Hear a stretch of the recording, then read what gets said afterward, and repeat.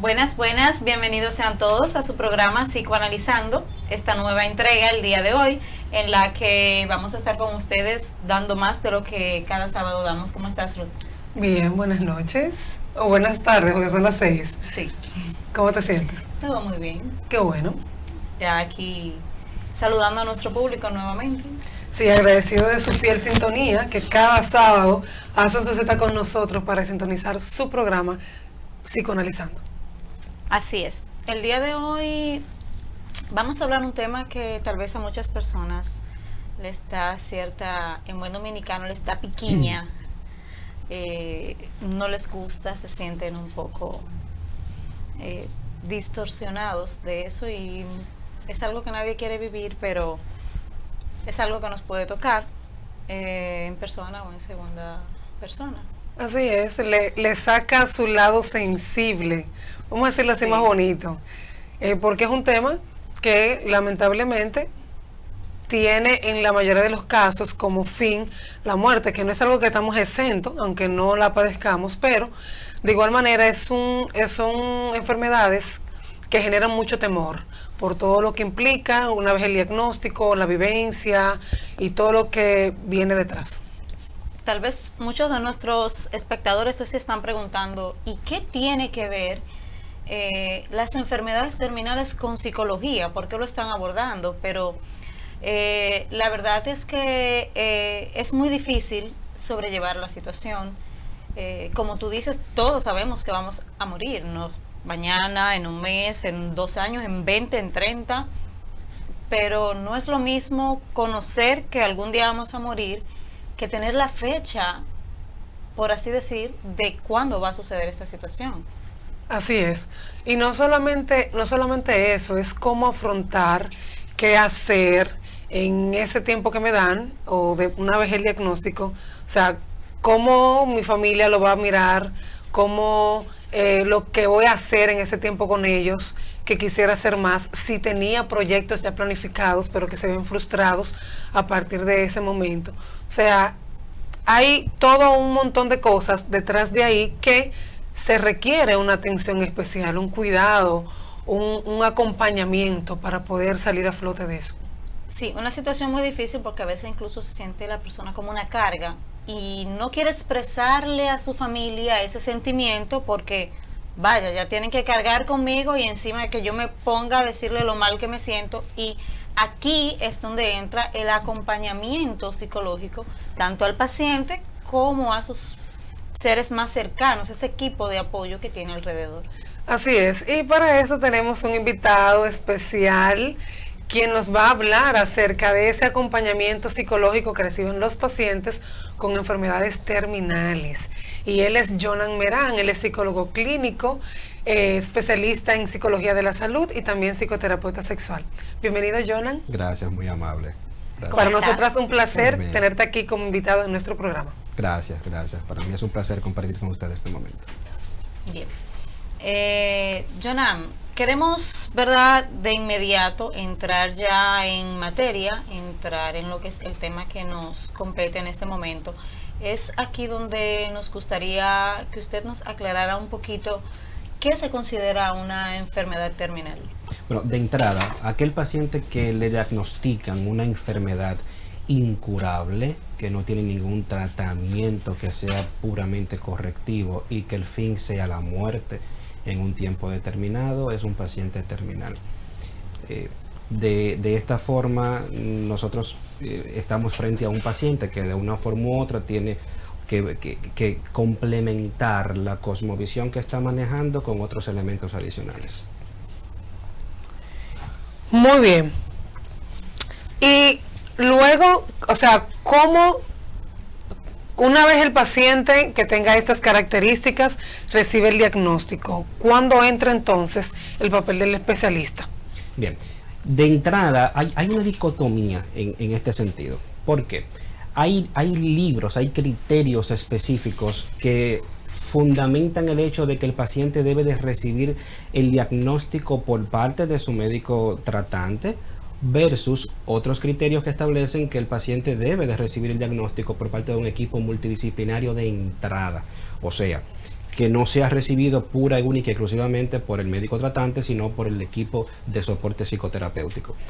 Partiendo de esta idea, de esta simiente, el psicólogo entra en la primera parte del diagnóstico, al momento de informarle al paciente el diagnóstico específico que tienen en esa condición. Hay otros criterios que establecen que el paciente ha de iniciar el proceso fisiológico y posteriormente se remite al psicólogo. Nosotros creemos y somos asiduos de la idea de que el paciente debe de iniciar en conjunto con el médico tratante, debe iniciar el proceso psicoterapéutico de entrada, porque el nivel de afrontamiento que maneja el paciente desde que escucha que tiene una condición X es vital que cumpla con un acompañante con criterios profesionales dentro del proceso de asimilación. O sea, usted me está diciendo con eso que cuando yo me hago una biopsia, correcto, y estoy esperando resultados y mi doctor me llama, están aquí, el doctor ya debe tener ahí de antemano ese especialista. Claro, debe de tener de antemano el especialista, comunicárselo en conjunto, pero antes de comunicárselo debe de existir la comunicación constante con el psicólogo para determinar si el paciente cumple con 3 criterios básicos que son inherentes para informar a un paciente sobre su condición. Bueno, primero, hay que conocer qué tanto sabe el paciente sobre la condición per se. Hay pacientes que de pronto van al médico, van a un gastroenterólogo, le hacen una biopsia y de repente tiene una condición. Hay otros pacientes que tienen mucho tiempo con unas condiciones con sintomatología y signos que vienen en frecuencia y de repente pues al final ya ellos saben cuál va a ser, digamos, alguna de las posibilidades diagnósticas. Entonces, primero, se debe de saber qué tanto el paciente domina el tema, pero segundo, se debe de conocer qué tanto quiere saber el paciente, porque no siempre el paciente quiere saber mucho o no siempre el paciente quiere saberlo. Y finalmente se debe de contemplar el concepto base intermediario entre estos dos, que es qué tanto puede saber el paciente. O sea, cuál es la condición actual del paciente a nivel psicológico como para afrontar una información X. Ahí me entra la duda. Entonces, el paciente debe ser referido con el especialista antes de conocerlo. Esa es una. Y la otra sería, si existe esa posibilidad de que el paciente enfermo no se le informe, que solo se maneje todo con el familiar. El paciente debe de ser visto por un especialista en psicología. ¿Qué pasa? Se trabaja de manera multidisciplinaria. Tú tienes, por ejemplo, vamos a traer a colación un ejemplo X. Tú tienes un paciente que se le detectó una condición gástrica, se le hizo una biopsia y al momento de hacer la biopsia, pues él se envía a oncología. En ese lapso entre que lo ve gastroenterólogo y lo ve oncólogo, debe de verlo psicología. Debe entrar el psicólogo, hacer la evaluación, hacer la anamnesis completa y entonces determinar cuál es el perfil de receptividad de ese paciente. Entonces, una vez tener el perfil, entonces en común acuerdo con oncología, entonces se determina el momento específico para conversar con el paciente. Con respecto a la segunda pregunta, si el paciente no siempre ha de contar con las informaciones bastas o con el diagnóstico, es propicio aclarar lo siguiente. El respeto a los derechos de cada persona es inherente en este proceso. El paciente tiene derecho a saber, pero también tiene derecho a elegir no saber. Ahora bien, los profesionales de la salud debemos entonces entablar un proceso terapéutico con este paciente para llevarlo a afrontar la situación y vencer esta primera etapa, que es una etapa de negación. Si el paciente aún en el proceso terapéutico, que pasa la etapa de negación, que pasa esta etapa de ira, que entra en un proceso de asimilación de la condición, aún así él dice, bueno, yo sé que yo tengo esta condición, pero no me interesa saber más de ahí. Bueno, pues también se respeta. O sea, el paciente es quien debe de llevar el curso de lo que él necesita saber. Muy interesante. ¿Bien? Partiendo del tercer criterio que mencionaste, sobre de hasta qué punto el paciente puede saber o está preparado para saber, pudiéramos decir entonces que el saber una noticia o saber más de lo que puede saber ese paciente le pudiera ser detonante para un trastorno mental posterior luego de recibir el diagnóstico? Claro que sí, claro que sí. Bueno, en la etapa de anamnesis a la que nos referíamos anteriormente, en ese compendio de evaluaciones que se hacen en esta consulta, se debe de determinar cuál es la condición del paciente a nivel integral, visto desde un punto de vista de salud puramente mental, hacer un diagnóstico multiaxial y determinar cuáles son las condiciones en cada eje. Si vemos que el paciente tiene una predisposición de base, que tiene una condición de base, pues nosotros tenemos que trabajar sobre esa condición. Ahora bien, hay pacientes que es muy normal que suceda, que debutan en sintomatología y signos que parecieran ser un trastorno, pero que son propias del nivel de afrontamiento de la condición. Me explico. Hay pacientes que de pronto debutan en una crisis ansiosa, y no porque estén cursando en una crisis ansiosa, y aún con los criterios propios de un trastorno de ansiedad, no podemos etiquetarlos como cursantes de un trastorno de ansiedad, sino que se consideran normales al momento de afrontar un diagnóstico de una enfermedad. Hasta que cierre esa etapa ya de adaptación a la noticia de que ya tienes enfermedad terminal. Exactamente.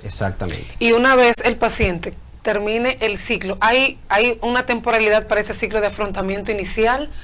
Entonces, en caso de que haya temporalidad, una vez pasado ese tiempo que se espera que el paciente ya se haya adaptado a la noticia de que ya padece cierta enfermedad y persisten los síntomas, entonces sí se puede hacer el diagnóstico de que posiblemente produjo el trastorno por producto de esta enfermedad física. La frecuencia e intensidad de los síntomas y signos nos van a decir si cumple con los criterios sucesivos para etiquetarlo con el diagnóstico.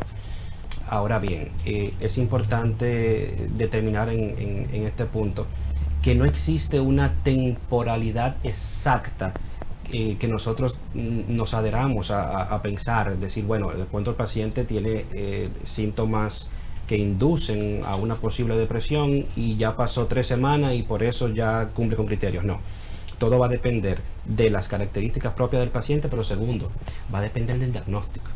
No es lo mismo un paciente que le digan, bueno, usted tiene una hepatomegalia, o sea que se le está creciendo un poco el hígado, a un paciente que le diga, mira, usted tiene un CA de colon que vamos a intentar hacer quimioterapia, vamos a intentar hacer radioterapia, no podemos operar y los resultados el pronóstico es conservado.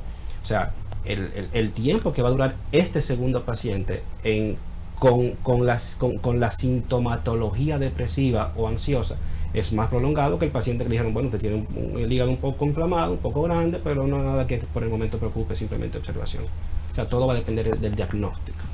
Un punto importante, Jonam, en todo este proceso que se debe cumplir para dar por enterado e iniciar una pauta psicológica con el paciente, ¿esto se cumple a cabalidad en todos los centros de salud de nuestro país? Lamentablemente no en todos. La intervención multidisciplinaria no en todos los lugares se cumple. Es algo con lo que venimos trabajando y tratando de que verdaderamente se logre, pero no en todos los lugares se cumple con los criterios. Vemos muchos médicos muy preparados para afrontar el proceso de informar al paciente sobre un diagnóstico X.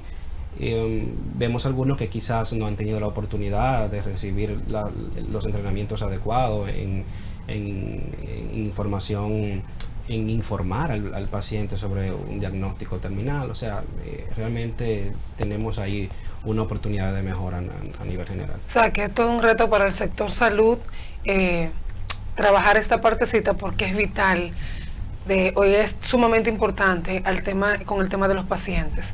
O sea, porque de ahí de alguna manera pudiera depender la vida, digámoslo así. Un paciente que tenga un buen afrontamiento, que se trabaje con un acompañamiento, posiblemente tenga un proceso de lo que le reste de vida un poquito más aliviado que el que no tiene esa ayuda.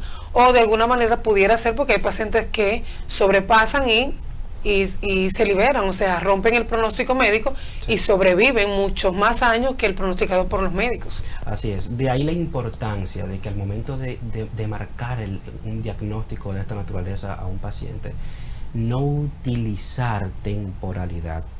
O sea, los pronósticos siempre deben de ser lo más optimistas posible. Ojo, cuando hablamos de optimismo no hablamos de mentira. El paciente nunca ha de ser víctima de la mentira en medio de su proceso Importante aclarar. de intervención. Nunca. Ahora, una cosa es decir, tú te vas a morir y ya, y se te acabó todo. Y otra cosa es tú decir, vamos a trabajar para que te sientas mejor en el proceso. Eso es optimismo.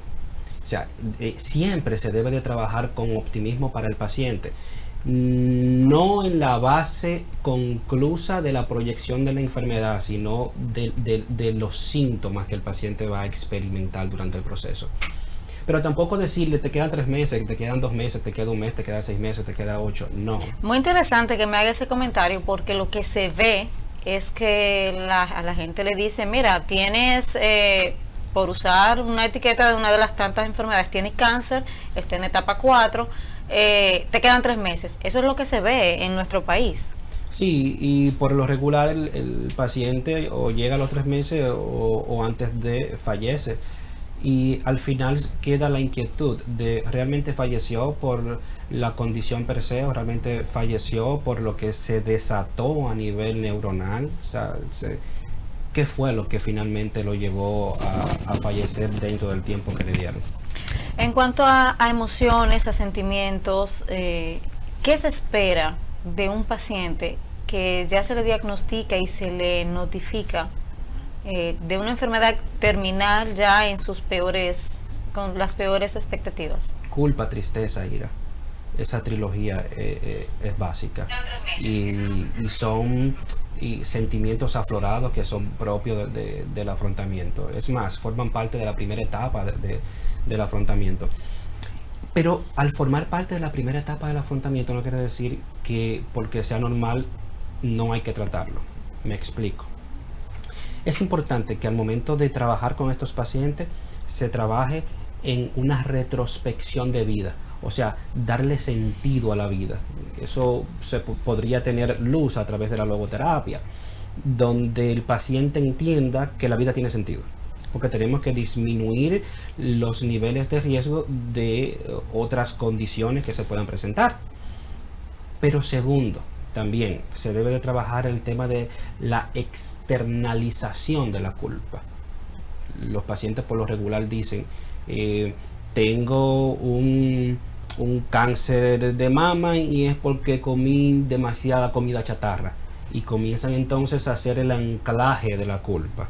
Y lamentablemente, aunque se ve con mucha normalidad, nosotros como especialistas en salud mental debemos de trabajar que el paciente no maneje esos niveles de culpa, porque las enfermedades deben de ser vistas como un ente normal en el proceso de la vida, igual que la muerte. La muerte cumple con los criterios propios de un proceso normal durante el ciclo de la vida. Y forma parte precisamente del objetivo terapéutico con estos pacientes, enseñarles que así como nacieron, así también morirán. ¿Qué es lo peor que se pudiera esperar en esos casos de que se presente esa ira, esa rabia, esa culpa e incluso esa depresión y ansiedad que usted mencionaba inicialmente? Ideaciones suicidas, comorbilidades y de una forma u otra que ese núcleo de soporte que tiene el paciente a nivel circundante, con lo que nosotros le llamamos los cuidadores o acompañantes, también sean perjudicados de muy mala manera. Por eso cuando hablaba anteriormente de la importancia de fomentar el valor de la vida, es con la intención de disminuir las ideaciones, la aparición de las ideaciones suicidas. Y cuando hablamos también de trabajar la externalización de la culpa, también para disminuir el debut de comorbilidades. Cuando hablamos de comorbilidades estamos hablando de enfermedades adyacentes que llegan en conjunto.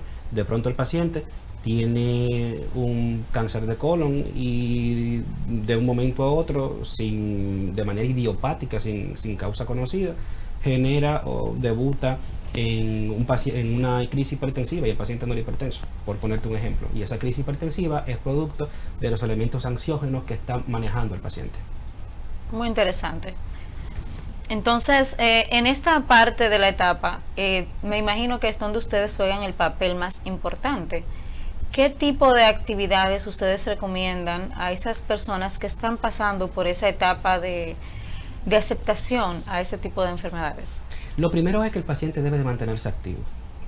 Contrario a lo que por lo regular se ve como conducta, que más que nada es una conducta aprendida, lo ven en otros y así mismo se repite. El paciente debe de mantenerse activo, debe de mantenerse siendo útil, debe de mantenerse desarrollando hábitos de vida saludable, debe de mantenerse desarrollando un estilo de vida saludable que no es más que la conjugación de hábitos. Entonces, el paciente, lo peor que le puede pasar a un paciente en estas condiciones es tirarse a morir. O sea, es acostarse en una cama y solamente pensar y pensar y pensar en que ya no hay más esperanza. Pero aparte de eso, también se juega un rol muy importante la parte espiritual del paciente. Recuerden que nosotros como humanos somos un ente bio, psico, socio, espiritual. Y esta parte espiritual es la que muchas veces entra en juego en este momento. Y cuando hablamos de la espiritualidad, estamos hablando de aquello que es intangible, aquello que no está demostrado a nivel científico, pero que sí está ahí. Muchos pacientes se adhieren a creencias que tienen de base, otros a creencias de personas que le visitan o le recomiendan que hagan o no hagan, y esto genera un anclaje de vida para el paciente. Y es muy importante trabajar los anclajes, y estos anclajes se logran precisamente desde este punto de espiritualidad, pero también fomentando o incrementando los vínculos de soporte que tiene el paciente. O sea, cuáles son esas personas de soporte que yo tengo a mi lado, y fortaleciendo esas vinculaciones. Qué interesante esa parte. ¿Y qué papel juegan esas personas en todo este proceso? El paciente tiene una condición que es fisiológicamente de él, pero psicológicamente es de todos. Entonces, partiendo de ahí, los acompañantes deben de demostrarle al paciente que estamos contigo. Y cuando hablamos de demostrarle al paciente que estamos contigo, estamos hablando de apoyarlo en el proceso sin victimizarlo. Esto es muy importante. De pronto, por lo regular, las personas que lo visitan, por ejemplo, llegan con una cara de tragedia, que en vez de visitarlo parecería que están yendo a su velorio. Y las expresiones que utilizan no son las adecuadas. La forma de dirigirse a la persona siempre lo hacen en una forma catastrófica, y realmente el rol del acompañante es brindarle soporte. Yo estoy aquí, yo estoy contigo, yo te sirvo en lo que tú necesites, tranquilo, todo lo que vaya a pasar, yo estoy contigo durante todo el proceso. En el caso de la familia como núcleo primario, o sea, ¿qué papel juega en ese sentido? ¿Cómo trabajar con la familia? ¿Se trabaja individual, los familiares aparte, junto y el paciente por otro lado? ¿O se hace un trabajo en conjunto, tanto el enfermo como los familiares en las consultas y demás? Es mixto. Todo va a depender en el estadio que se encuentre el paciente. De pronto hay pacientes que ese proceso de ira lo desarrollan de una forma fatal. Son pacientes que de base tienen carencia del control de los impulsos, son personas con picos de agresividad, personas un tanto violentas, y de repente, pues en un momento de ira, pues eso es lo que va a aflorar. Cuando esto pasa, hay que trabajar entonces con pacientes por un lado, acompañantes o familiares por otro, y después entonces en conjunto. A veces el paciente está decidido a que sí, yo voy a echar para adelante, yo tengo esta condición, pero nada pasa. O sea, el nivel de afrontamiento de esos pacientes es muy asiduo, y se trabaja en conjunto, de manera familiar, no es necesario hacerlo. ¿Qué tan frecuente es ver esas personas que afrontan de esa manera ese tipo de enfermedades? Si supieras que es muy frecuente. Lo que pasa con ese tipo de personas es que inician en un proceso inverso, o sea, inician muy enérgicos, con vamos adelante, vamos para arriba, vamos a esto, vamos a aquello, pero durante el proceso, cuando se encuentran con algunas condiciones propias del proceso, por ejemplo, cuando inician un proceso de quimioterapia. Que se empieza a caer el cabello. Exactamente, entonces esto viene y los hace flaquear un poco en el nivel de afrontamiento. A otros que hay que operarlos, hay que dejarle algunas bolsas, hay que trabajar algunas condiciones adicionales, entonces esto va generando. Otros necesitan ingresos constantes, que transfusiones de sangre, y esto entonces va haciendo que el paciente de una forma u otra vaya cediendo en ese nivel de afrontamiento. Siempre y siempre se le pide a la persona, o sea, se le pregunta sobre los familiares, o en caso de, por ejemplo, porque pueden presentarse casos de personas que por cualquier cosa de la vida han tenido un trayecto cuestionable y su familia ha estado un poquito alejada o escéptica a lo que le pase. Puede darse también otros casos de personas que se han quedado sin familia, sí, o que quizás están en un país que no tiene, que su familia no está cercana. En esos casos, entonces, ¿cómo se haría? Mira, ahí entra un punto muy interesante. ¿Cuál es el punto interesante? El paciente, nosotros lo que buscamos es disminuir el nivel de sufrimiento. Bueno, pero de pronto, ¿qué es el sufrimiento? Porque el sufrimiento es muy sensorial. O sea, el sufrimiento es la combinación de elementos amenazantes más la impotencia de yo no poder afrontar o resolver o responder a esos elementos amenazantes. Y eso me da como resultado sufrimiento. ¿Qué se busca como elemento central en esta pregunta que me haces? Como respuesta, ¿qué se busca? Bueno, disminuir los niveles de sufrimiento a través de la reconexión de vínculos, o pidiéndole al paciente que haga un listado de esas personas con las que tiene disgusto, con las que tiene situaciones, con las que necesita pedirle perdón, o entiende que esa persona tiene que pedirle perdón. Dentro de esa persona está incluido propiamente la familia. Y entonces se acompaña al paciente en este proceso de reconexión. Que ahí entra entonces, dentro de ese proceso de reconexión, esos familiares que de una forma u otra tuvieron discrepancias y no tienen la mejor de las relaciones. Entonces se busca realmente que disminuir el nivel de sufrimiento del paciente a través de la reconexión con esos familiares, y que a la vez esto se convierte en un medio de acompañamiento idóneo para el paciente. Pero basándonos en la realidad dominicana, que vamos a tener familias que dirán, bueno, que eso se lo buscó, es que esa persona no ha hecho mucho daño, no queremos nada, si le pasó cualquier cosa. En esos casos extremos que se dan en nuestra realidad dominicana, ¿cómo desde el centro, desde el centro de salud, cómo el especialista trabaja esa parte? Imagino que obviamente le va a afectar al paciente saber que por cosas que hizo en el pasado su familia quizás no le perdonaría ese tipo de comportamientos, y decide en este momento no apoyar. Sí. O sea, de igual manera se trabaja el sufrimiento y se trabaja de manera individual con el paciente, si en caso de no lograr la reconexión con la familia, o siempre en la mayoría de los casos se logra reconectar. En la mayoría de casos sí, porque hay un alto nivel de sensibilidad dependiendo del diagnóstico. Todo depende y todo parte del diagnóstico.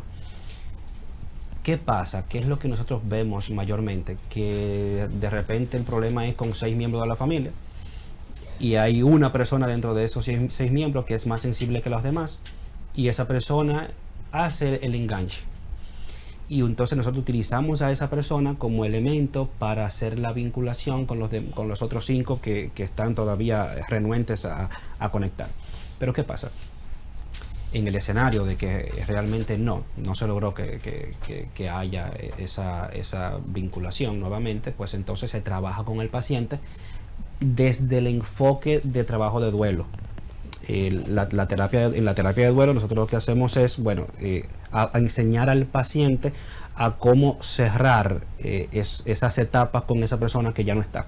En este caso, si las personas se mantienen todavía renuentes a volver a conectar con el paciente, pues entonces lo trabajamos desde ese enfoque.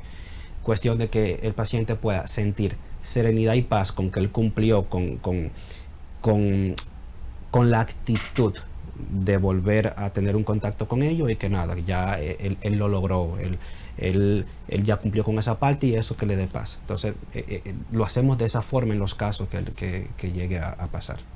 Es imprescindible totalmente tener un equipo de apoyo, de seguimiento familiar o ya sea de amigos en casos extremos para el tratamiento de esa persona. Sí, claro, claro, claro. Es inherente, es necesario. O sea, el paciente por sí solo no lo va a lograr.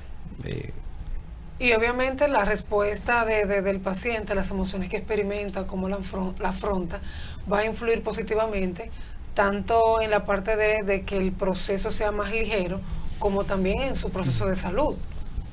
Puede influir en que la persona salga a flote, libere, o sea, supere el pronóstico médico y siga viviendo mucho más años del estimado, atendiendo a buen afrontamiento que tuvo desde el inicio, claro, con el acompañamiento previo del equipo de apoyo. Claro que sí, claro que sí. Fíjate, y ahí entra un elemento muy interesante ahora que mencionas eso, y es que hay que ser muy fino al momento de informar o retroalimentar sobre un diagnóstico.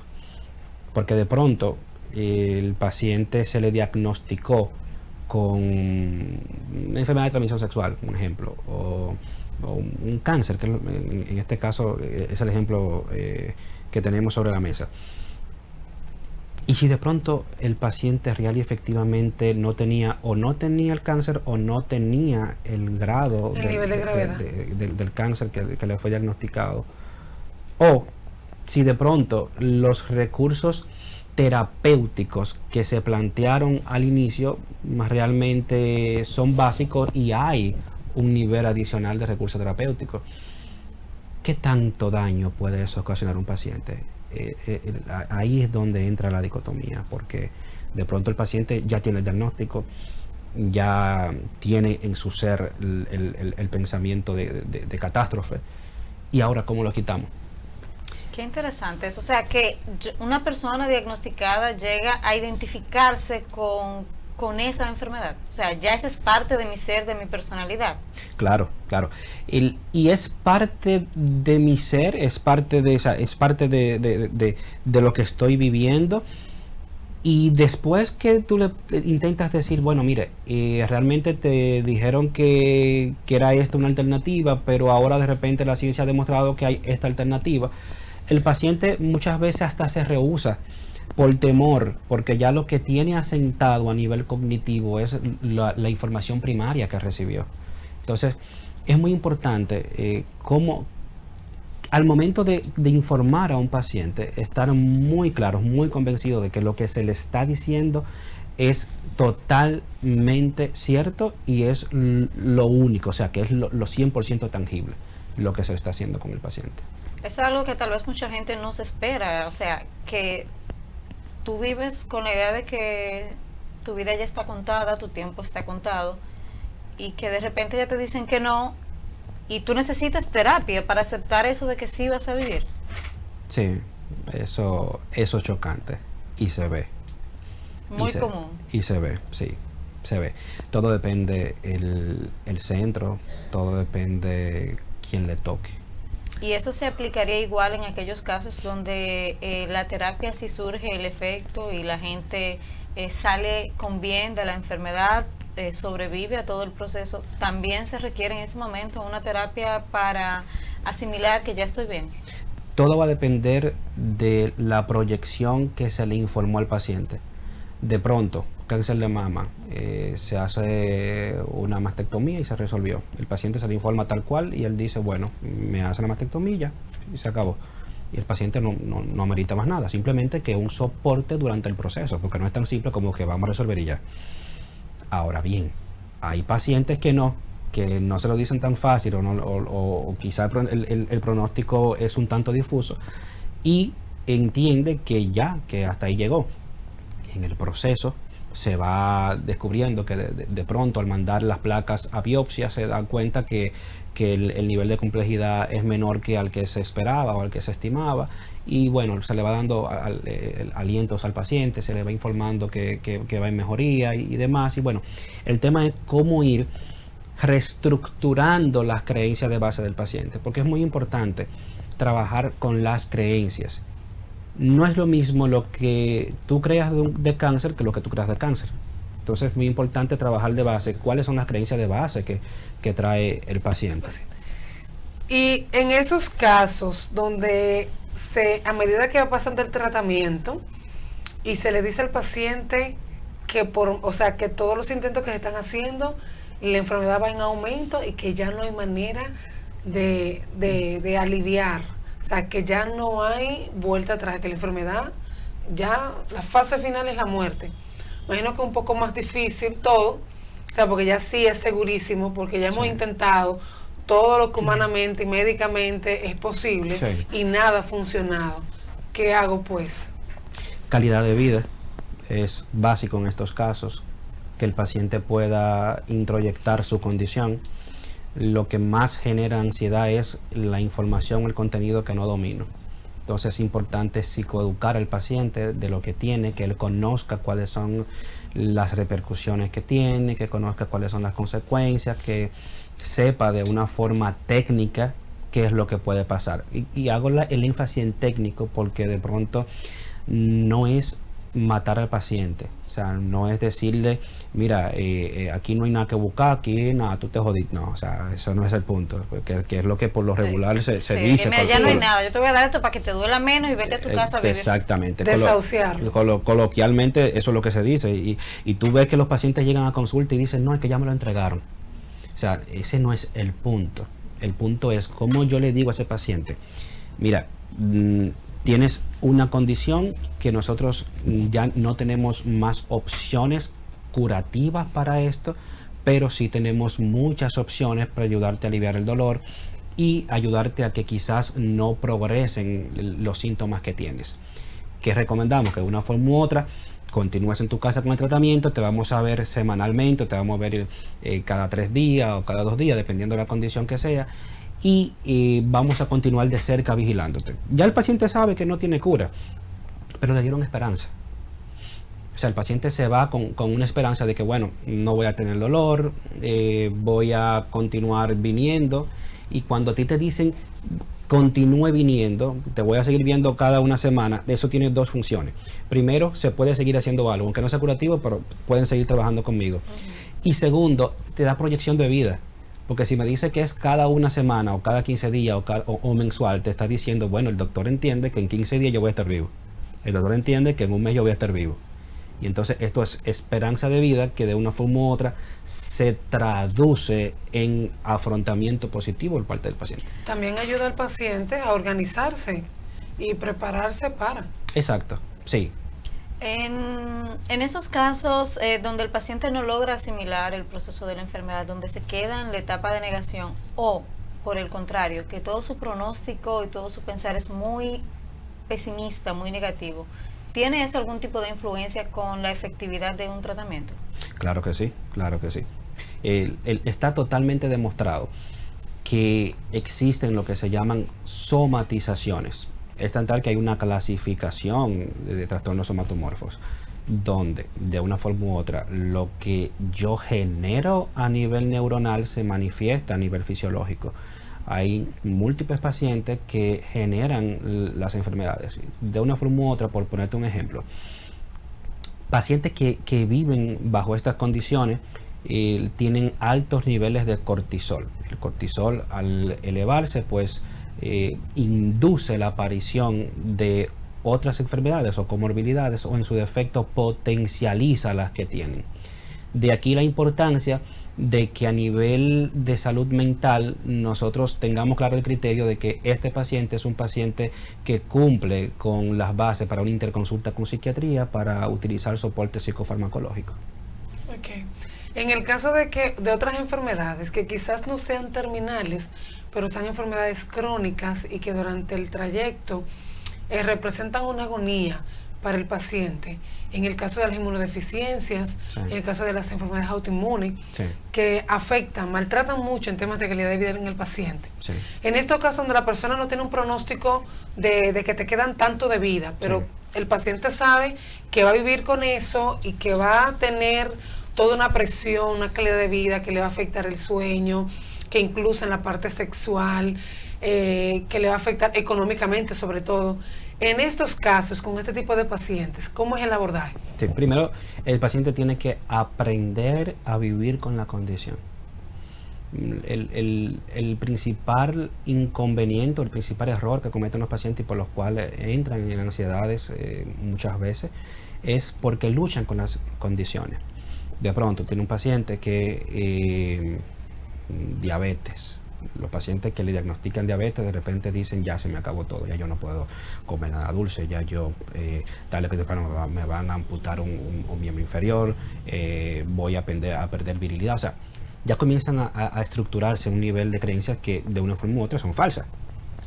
Entonces, es importante que el paciente aprenda a vivir con la condición. Pero segundo, como psicoterapeuta es importante ayudarles a conectar la triada de pensamiento, lo que siento y sufrimiento.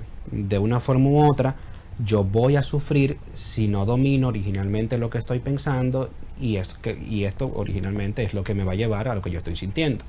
Entonces, a nivel psicoterapéutico, nosotros el enfoque nuestro es trabajar esta triada con el paciente. Pero tercero, trabajar calidad de vida. O sea, al momento de yo conocer mi condición, ya yo sé cuáles son esas cosas que yo puedo hacer y las que no puedo hacer y cuáles son aquellas que no pueda ni que debo, sino que debo graduarla. ¿Bien? Entonces, al momento de conocer la condición, conocer la enfermedad, pues yo juego con ella. Juego con la condición, simplemente vivo con ella. Entonces, esto es lo que el objetivo con este tipo de pacientes. Antes de terminar, me queda la inquietud, que ya sería un programa Milagros destinado para esta parte, ya que también eres terapeuta sexual. Sí. ¿Cómo todo esto de las enfermedades terminales afecta en la vida sexual o marital de una persona? Por ejemplo, las personas que son casados, que tienen pareja y que de alguna manera son diagnosticados. ¿Cómo afecta eso ya en su intimidad? Porque de la persona, bueno, ya no haré nada. Antes del diagnóstico yo estaba muy bien, puede ser de todo. Me dicen el diagnóstico no puede ser de nada. Sí. Pero ya es un tema, es una pregunta que nos va a quedar en el aire para un siguiente programa, que hablemos sobre eso, ¿verdad, Milagros? Porque el tiempo se nos ha acabado. A Jonan a volver aquí con nosotros por más adelante a tocar esa parte. Claro que sí, con mucho gusto. Jonan, antes de irnos me gustaría que le des un pequeño mensaje a esos televidentes que están pasando por esa situación, ya sea en persona que padecen la enfermedad o que tienen un familiar directo que le está padeciendo y que tal vez hasta la fecha no se ha puesto en manos de un especialista en psicología. Bueno, de entrada que consulten a un especialista. Es importante el soporte psicoterapéutico que puedan tener en este proceso. Siempre hay esperanzas, aunque no hayan esperanzas con respecto a la proyección de vida, pero siempre hay esperanzas para mejorar el proceso.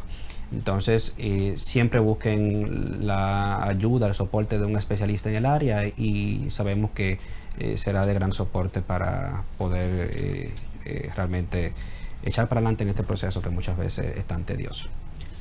Jonan, muchísimas gracias, de verdad, todo un placer y un honor tenerte aquí con nosotras. A nuestro público, muchísimas gracias por su fiel sintonía. Hoy nos despedimos, pero usted sabe que tenemos siempre nuestra cita cada sábado a las 6 por 849 Alcarrizos Estudio. Así que nos vemos. Los estaremos esperando